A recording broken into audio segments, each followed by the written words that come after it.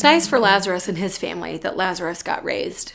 But when I read the story of Jesus calling Lazarus forth from the tomb, the question that's gnawing in the back of my head is, why him?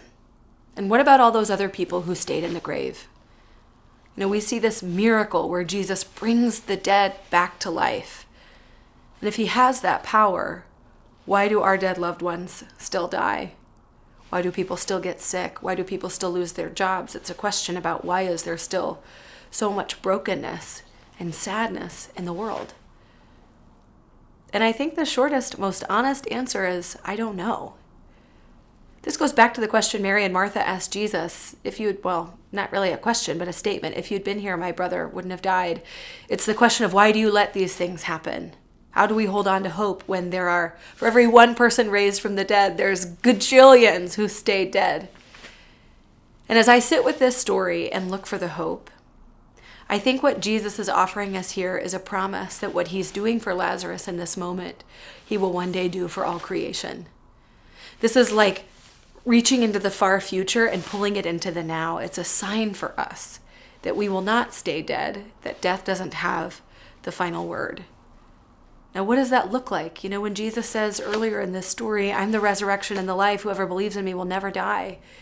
Well, we're going to die, our bodies will die, but what does it look like to live beyond the death of these bodies? And for the second time this morning in the video, I'll say, I don't know. There's so much mystery inherent to our faith, but we get these little promises, these little glimmers of hope that he is capable of what we believe. He is capable of raising the dead. One day he will make all things right. And by his life on earth through Jesus, and then what we see on the cross and his own resurrection, is that there's more to come. How much of our hope in this life is rooted in our circumstances? And how much hope do we draw on the future that one day God will renew and restore all broken things? This is a truth I've been able to cling to when things are really hard, if for the only reason that I have nothing else to hold on to.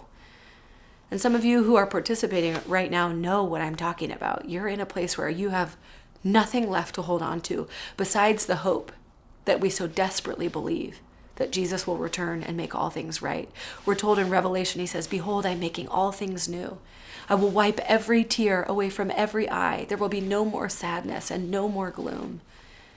Do you believe that? And if that's your ultimate hope, what does it mean for your current circumstances? If our ultimate hope is that Jesus will return and make everything right and wipe away all our tears, for me, it makes the pain right now more bearable. It gives me something to push through and power on for, knowing that something good is coming, that we're not alone and we're not left with death as our master and Lord. What about you? What does it do to your right now, knowing that one day Jesus will return and make all things right?